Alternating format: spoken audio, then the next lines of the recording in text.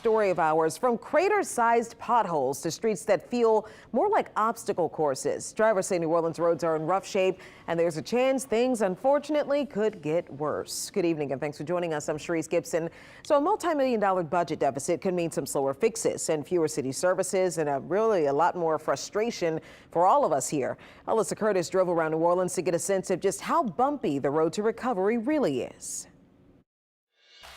We all know living in New Orleans unfortunately means having to dodge a lot of potholes. We showed you this video recently. It's of a busted street in Gentilly. The woman who posted it called it the worst street in New Orleans, but you guys said, oh, not so fast, saying there was a lot of streets that were much worse. So we're gonna go find them. Where are the worst streets in New Orleans? Let's go.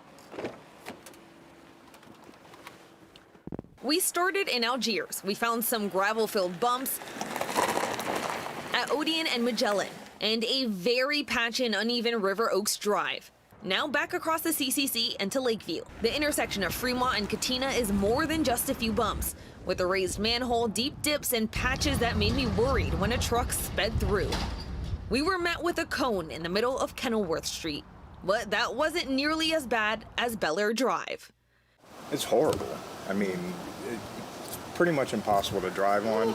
It destroys suspensions. There's potholes, mountains in the middle of the street. The obstacle course of sunken portions of the street, mountain manholes, and patchy asphalt lasted nearly the whole length of the road. Oscar Hernandez lives on the street but tries to drive on it as little as possible. Hernandez says the little work he has seen done on the street seems more like a Band-Aid. It just seems like nothing's ever actually fixed. It's just patched up.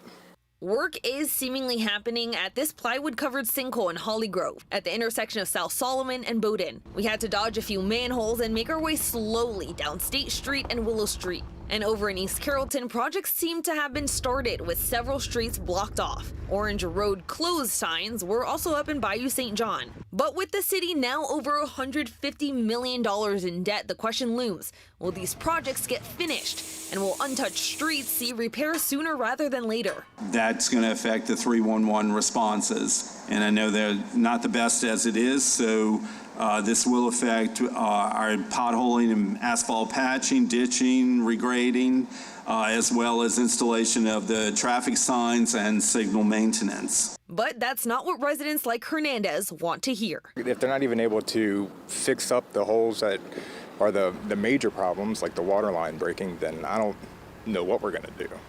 Hoping the bumps in the roads and the budget are fixed soon. In New Orleans, Alyssa Curtis, WWL, Louisiana.